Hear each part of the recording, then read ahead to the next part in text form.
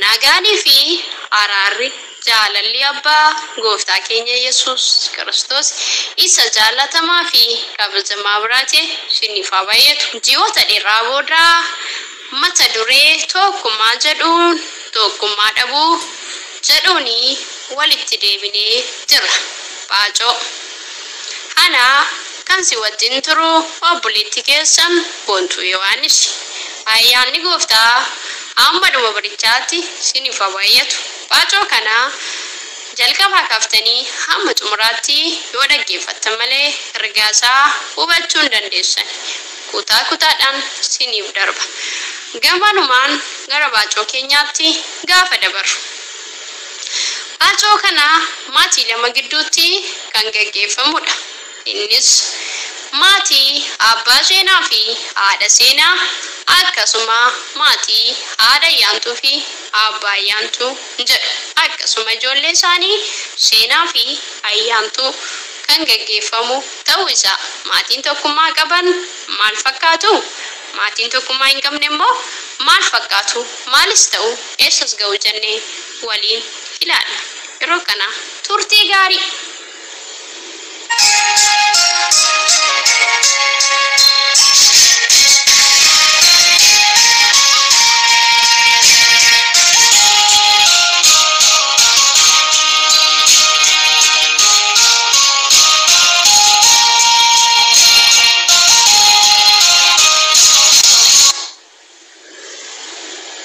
Nagaan araarri jaalalli siif haa baay'atu.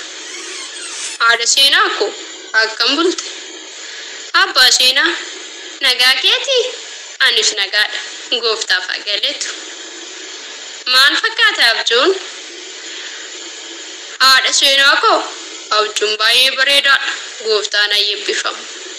Hafuurattis foonittis wanta bareedaa keessan bule. Abbaa seenaa dhugaan illee bareedaadha. Waaqayyo tokkummaadhaan kadhannee rafuun yaada keenya wal jijjiiruun carraa isa guddaadha. Tole haadha seenii dhaqiitii seenaa kaasitii waliin kadhannee gara ajandaa hojii keenyaatti bobba'na. Tole abbaa seenaa eebbifamaa. Dhaqeetan seenii kaasee dhufa. Seenii hamma kan giftii koo abbaan kee waaqayyo kadhannee tokkummaadhaan gara ajandaa hojii keenyaatti bobba'na jedhee jira. Tole abbaa akkam bultan? Anis ka'ee dhufeera. Ishin talakko baga nagaan dhuftee tokkummaadhaan waaqayyo ni kadhanna ni galateeffanna.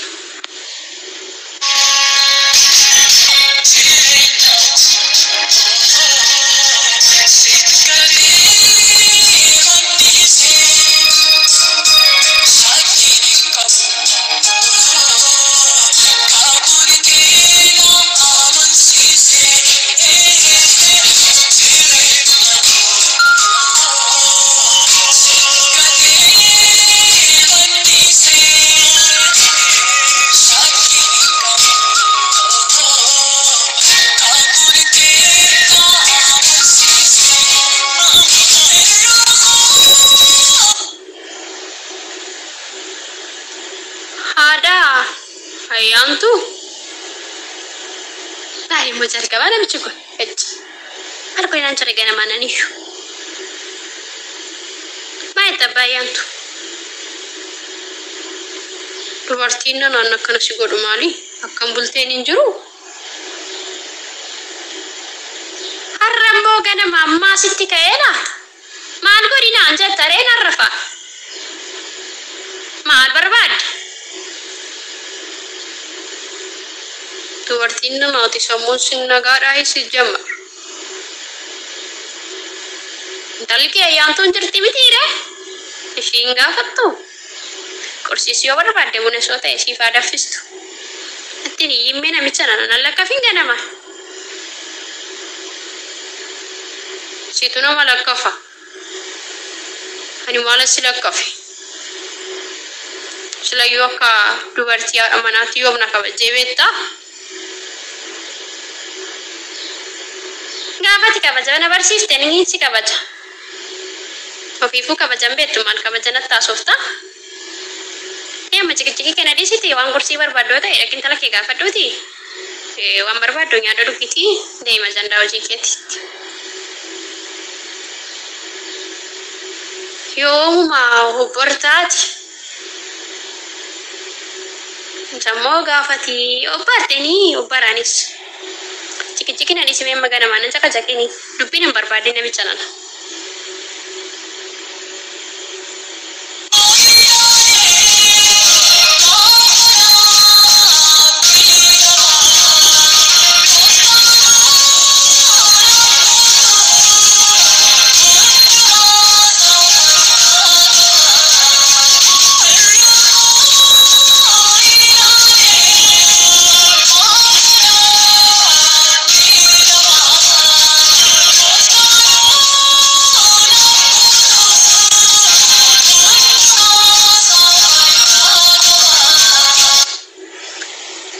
Nuko sagalee waaqayyoo lafa tokko nu dubbisiiti mee gooftaa galateeffanna. Tole mee waaqayyoo hin galateeffanna eebbifame seenu ayyaanni siif haa baay'atu. Tokkummaadhaan gooftaa galateeffanna. Haadha seenuu ati immoo waaqayyoo nu galateeffadhu. Tole abbaa seenuu ayyaanni siif haa baay'atu. Galanni waaqayyoof haa ta'u. Yaa abbaa keenya maqaan kee haa kabajamu. Guddaaf sodaatamaa isa taate halkanoota hundumaa baroota keessatti nu eegdeetta. Amma immoo sa'aatii keenya yeroo keenya hunduma isaa eebbisi. Lafa deemnu lafa hojjennu lafa jiraannu hundumaatti nu gaggeessi. Maqaa mucaa kee isa fannoo irra ulte sanaaf jedhiiti. Ameen. Tole haadha seenuu koo waaqayyo gooftaan si haa eebbisu. Eebbifame kabajamtuu koo. Amma ergaa waaqayyoo galateeffannee waaqayyos kadhannee qursii keenyaa fi wanta nu barbaachisu nyaata keenya godhannee gara ajandaa hojii keenyaatti bobbaana. Tole abbaa seenaa koo har'a isa ulu barbaaddaa? Har'a waajjira tokko keessaan hojii qaba haadha seenii. Ati fi seeniin manuma ooltan ani immoo achiin deemee dhufa. Tole abbaa seenii koo haa ta'u ishee amma nyaata si barbaachisu siif hin goona. Nyaata keenyaatti ettis hojii kee deemtaa. Nus illee iddoo hojii keenyaa waaqayyo kadhachaa siif oolla. Ayyaanni siif haa baay'atu. Ulfaadhu kabajamaa koo.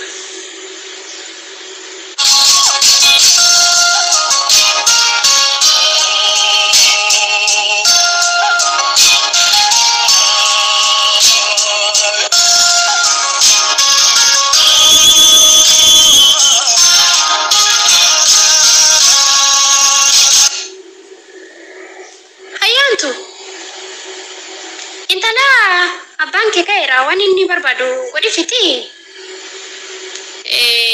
Adeemu iddoo hojii. Maaliin ma arrammoo sitti ka'eera ganamumaan nagaan hin jiru akkam bulteen hin jiru. Yoommoo manni keenya kun nagaa godhataa laata? Qabeenyi keenya guutuudha. Garuu nagaan qaba. Waliin kabajnu. Ati abbeen kabajju. Abbees hin kabaju. Maaltummoo ta'e laata ganamaan. Amma laba makee dhisiti. Waan inni barbaadu godhiifiti deemi. Deemi. Oduun barbaadu amma. Ayyaantu. Oo abbee akkam bulte. Nagaadhaa intala ko. Nagaadhaa abbee. Haati kee ishiin lakkafamtuu sun immoo ganamaan na lakkafteetti. Mee amma iddoo hojiin deemaati. Wanta na barbaachisu qursii koo naaf qopheessi. Tole abbe tole. Osoo jennu abbe har'a isa olufiyaati. Deemi maaltu si galchee? Amma waa'ee oolmitii koo miti. Deemiti qorsii fidi. Waaqayyo yoo amma abbaan keenya kun iddoo olus iddoo bulus tokkummaa godhata.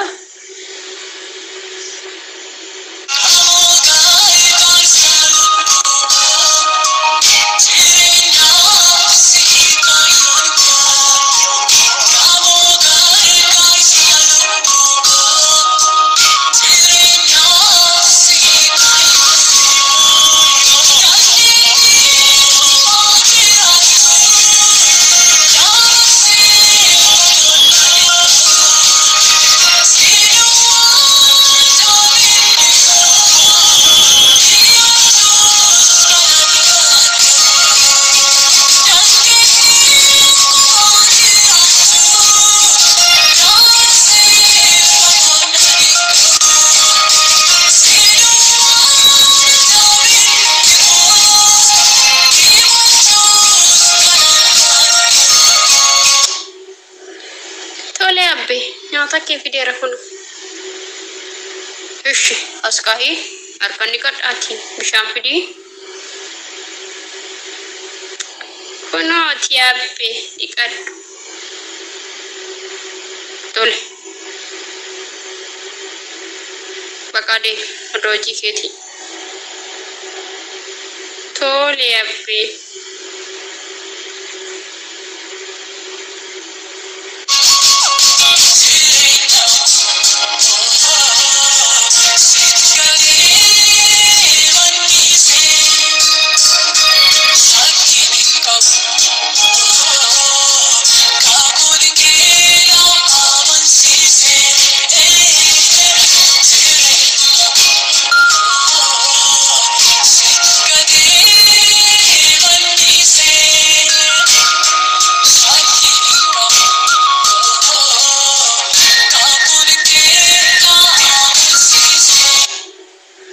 Tole abbaa seeni nyaanni irras dhugni irras bakka nagaadhaan naa dhaqi nagaan oolaa lafa deemtanitti ayyaanni waaqayyoo sinaa dursu nagaan galaa.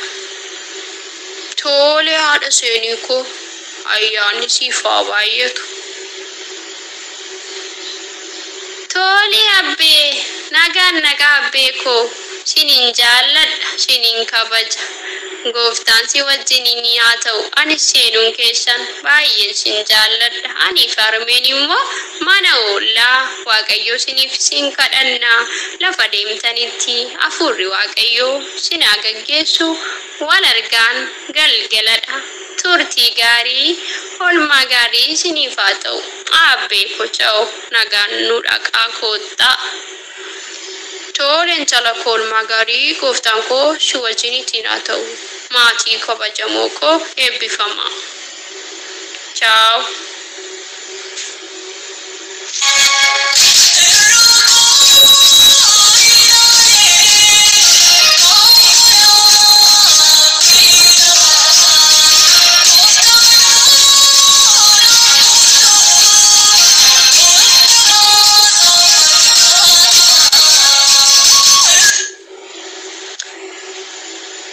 Intalo ayyaantu abbaan kee sun deemee moo jira?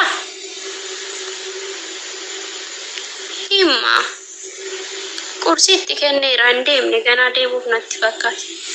Deemti ilaalikaa nyaateera yoo ta'e saayinii tirii jalaa kaasiiti. Ati mana faxaxaragee hojii keetti fufi. Ani mee takka xiqqoon arrafa. Tole arme. Abbe nyaatte. Nyaadheera. Saayinii kaasi bakka. Tole abbe. Arme abbe nyaateera. Deebinatti ni hiniti. Ayyaatu bakka nyaate. Masaatiin. Anatti waccaati. Maali arme maal taarra moo ganama?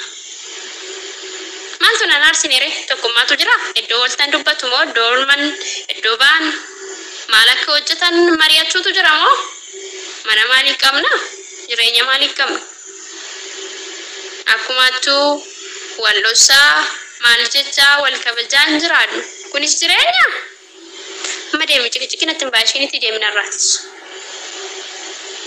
tole armee ko wakkato Abe demu fire oji demu fi esa dem tabe ko sitti berobar maltu sigal chedonolu sodombulus maltu sidi bemiti de matamma daima sole ka erga jette abbe ato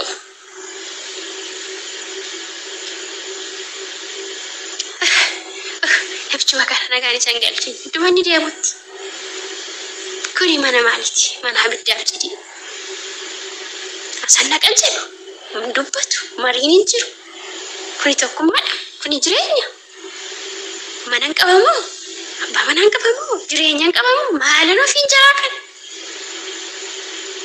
intalitti kana amaleni mana kana isende qabeenyi kun gammachiisu omaana angodhu Walin dubbatuun hin jiru ajandaa baasuun hin jiru mariin hin jiru kuni mana maaliti yoo maara nama galfachiisee qabeenya bidda maallaa godha qabeenyi kun akka nama wajjin haasofne yaada wal jijjiirree akka nama mucaa koo wajjin taphanneen jiru ayii gizee ba'u nutti dubbatu gizee galuu eessa olee akka galu nyaatee dhugee rafuu ka'u malee ajandaa keenya mari'achuun hin jiru maal akka hojjennu akkamitti akka hojjennu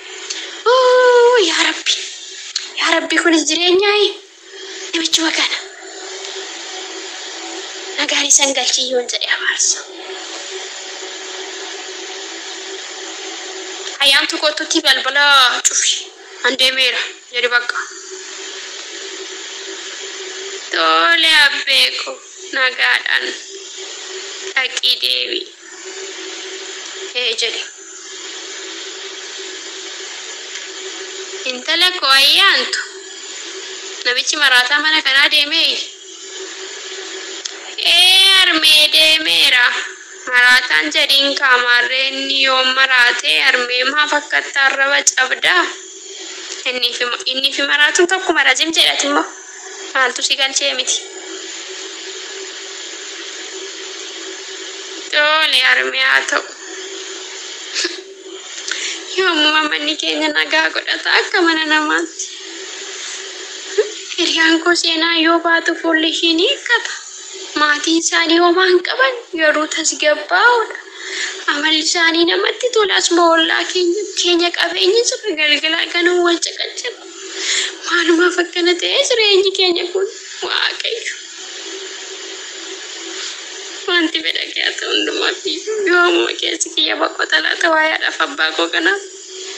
Yoomuma maatiin keenya kun qabeenya isaanii arganiitu tokkummaa godhatu laata. Moo akkanumatti hin gaaffiin deddeebi'aa laata. Maaluma ta'a laata kan koo kun.